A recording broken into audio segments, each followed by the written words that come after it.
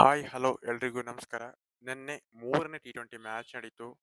ತುಂಬಾ ಬೋರಿಂಗ್ ಆದ ಮ್ಯಾಚ್ ಅಂದ್ರೆ ಕಾಲಿ ಪಲಾವ್ ಮ್ಯಾಚ್. ಟೋಟಲ್ 3 ಸೀರೀಸ್ ನಡೀತು. ವೈಟ್ ವಾಶ್ ಮಾಡಿದೀವಿ, ಹೌದು ಇಲ್ಲ ಅಂತ ಹೇಳ್ತಿಲ್ಲ. ಆದ್ರೆ ಟೋಟಲ್ ಕಾಲಿ ಪಲಾವ್ ಮ್ಯಾಚ್ ನೆನ್ನೆಂತು. ನನಗೆ 3 ಸೀರೀಸ್ ನೋಡಿಬಿಟ್ಟು ನಂಗೆ ಬೇಜಾರು ಹಿಡಿದಿದೆ ಅಂದ್ರೆ 3 match. Ireland series, England series ಅಷ್ಟೇ ಸ್ವಲ್ಪ ಓಕೆ ಪರವಾಗಿಲ್ಲ ಅಂತ ಹೇಳ್ಬೋದಾಗಿತ್ತು. ಆದ್ರೆ ಈ ಜಿಂಬಾಬ್ವೆ ಸೀರೀಸ್ ಅಂತೂ ಕಂಪ್ಲೀಟ್ ಕೊಲ್ಯಾಪ್ಸ್ ಟೀಮ್ ಅಂತ ಹೇಳಿದ್ರೆ ಕೊಲ್ಯಾಪ್ಸ್ ಟೀಮ್ ಅಂತ ಹೇಳ್ಬೋದು. ಅವರ ಮೊದಲಿದ್ದ ಪರ್ಫಾರ್ಮೆನ್ಸ್ ಈಗ ಇಲ್ಲ. ಎಸ್ಪೆಷಲಿ ಅವ್ರ ಕಡೆಯಿಂದ ಸಿಕ್ಕಂತ ರಾಜ, ಮತ್ತೆ ಬೆನೆಟ್, ಆಮೇಲೆ ಡಿ ಮೈಯರ್ ಇವರೆಲ್ಲ ಆಡ್ತಿದ್ರು ಮೊದಲು. ಇವರೆಲ್ಲ ಈಗ ಆಡ್ತಾನೆ ಇಲ್ಲಪ್ಪ.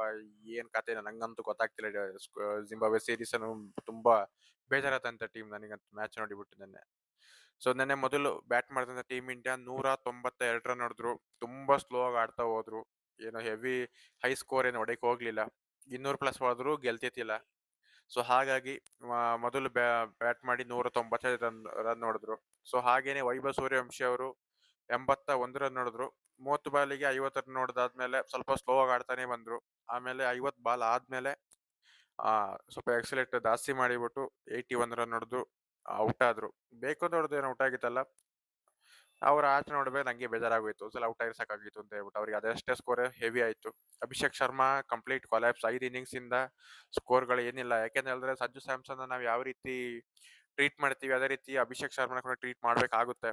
ಯಾಕಂದ್ರೆ 2 ಮ್ಯಾಚ್ 3 ಮ್ಯಾಚ್ ಫೇಲ್ಯೂರ್ ಆದ ತಕ್ಷಣ ಸಂಜು ಸ್ಯಾಮ್ಸನ್ ಯಾವ ರೀತಿ ತೆಗ್ದಿರ್ತಾರೆ ಟೀಮ್ ಇಂದ ಹೊರಗಾಗ್ತೀವಿ, ಅದೇ ರೀತಿ ಅಭಿಷೇಕ್ ಶರ್ಮಾನ ಕೂಡ ತೆಗ್ದಾಕಿರೋದು ಒಳ್ಳೇದು ಅನಿಸ್ತದೆ. ಯಾಕಂದ್ರೆ ಈ ರೀತಿ ಆದಾಗ್ಲೇ ಟೀಮ್ ಅಲ್ಲಿ ಸ್ವಲ್ಪ ಏನೋ ಚೇಂಜಸ್ ಆಗ್ಬೋದು. ಅವಕಾಶ ಕೊಡ್ತಿದೀವಿ ಇಲ್ಲ ಅಂತ ಹೇಳಕ್ಕಿಲ್ಲ, ಆದ್ರೆ ಅದನ್ನ ಯುಟಿಲೈಸ್ ಮಾಡ್ತಾ ಇಲ್ಲ. ಸೊ ಇನ್ನು ಇಶಾನ್ ಕಿಶನ್ ಆಮೇಲೆ ಶ್ರೇಯಸ್ ಅಯ್ಯರ್ 20 ಪ್ಲಸ್ ರನ್ ಹೊಡೆದ್ರು ಇಬ್ರು ಕೂಡ.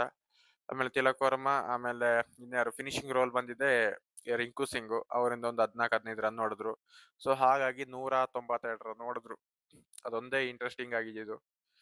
ಅಯ್ಯೋ ಇನ್ನೇನ್ ಮಾಡೋದು ಹೇಳಿ. 192 ರನ್ ಚೇಸ್ ಮಾಡ್ತಾರೆ ಅನ್ಕೊಂಡಿದ್ದೆ ನಾನು. ಅದು ಒಂದು ದೊಡ್ಡ ಸ್ಕೋರ್ ಅಂತ ಹೇಳಿಬಿಟ್ಟು. ತೊಂದ್ರೆ ಇಲ್ಲ. ಸೊ ಚೇಸ್ ಮಾಡಕ್ಕೆ ಬಂದಂತ ಜಿಂಬಾಬ್ವೆ ಟೀಮು ಏನು ಆಡಕ್ ಹೋಗ್ಲಿಲ್ಲ. 157ಕ್ಕೆ ಖತಮ್. ಮ್ಯಾಚೇ ಕ್ಲೋಸ್ ಆಯ್ತು ಅವ್ರದ್ದು. ಅದ್ರಲ್ಲಿ ಆಡಿದ ಯಾರು ಡಿ ಮೈಯರ್ ಒಂದ್ ಸ್ವಲ್ಪ ಆಡಿದ್ರು. ಆಮೇಲೆ ಬರ್ಲ್ ಅವರೇ ಒಂದು ಸ್ವಲ್ಪ ಆಡಿದ್ರು. ಸಿಕ್ಕದ ರಾಜ ಔಟ್.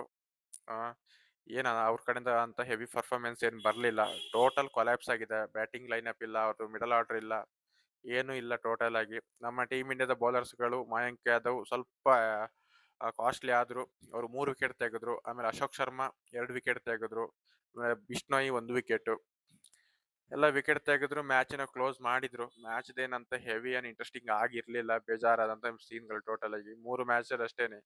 ಒಂದೊಂದ್ರೆ 1 ರನ್ ಇಂದ 5-6 ವಿಕೆಟ್ ಒಂದ್ಸಲಿ ಗೆದ್ರು. ಆಮೇಲೆ 90 ರನ್ ಇಂದ 35 ರನ್ ಇಂದ ಗೆದ್ದಿದ್ದಾರೆ.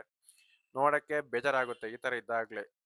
ಒಂದು ಹೆವಿ ಸ್ಕೋರ್ ಬೇಕು. ಒಂದು 250 200 ಪ್ಲಸ್ 200 ರನ್ನರ್ ಇದ್ರೆ ಒಂದು ಚೇಸ್ ಮಾಡ್ತಾರೆ ಅಂತ ಹೇಳ್ಬೋದು. ಇವರಿಗೆಲ್ಲ ಏನ್ ನಂಗಂತೂ ಗೊತ್ತಾಗ್ತಿಲ್ಲ. ಈ ಸೀರೀಸ್ ಕಳಿಸಿಬಿಟ್ಟು ಗೆದ್ದಿದ್ದಾರೆ, ಹೌದು ವೈಟ್ ವಾಶ್ ಆಗಿದೆ ಅಂತ ಹೇಳ್ಬೋದು.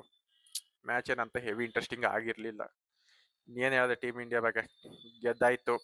ನಾವು ಟೀಮ್ ನಂಬರ್ 1 ರ್ಯಾಂಕ್ ಅಲ್ಲಿ ಇದ್ದೀವಿ ಟಿ20ಲಿ. ಸೊ ಇದೇ ಕಂಟಿನ್ಯೂ ಆಗ್ತಾ ಹೋಗ್ಲಿ. Thank you.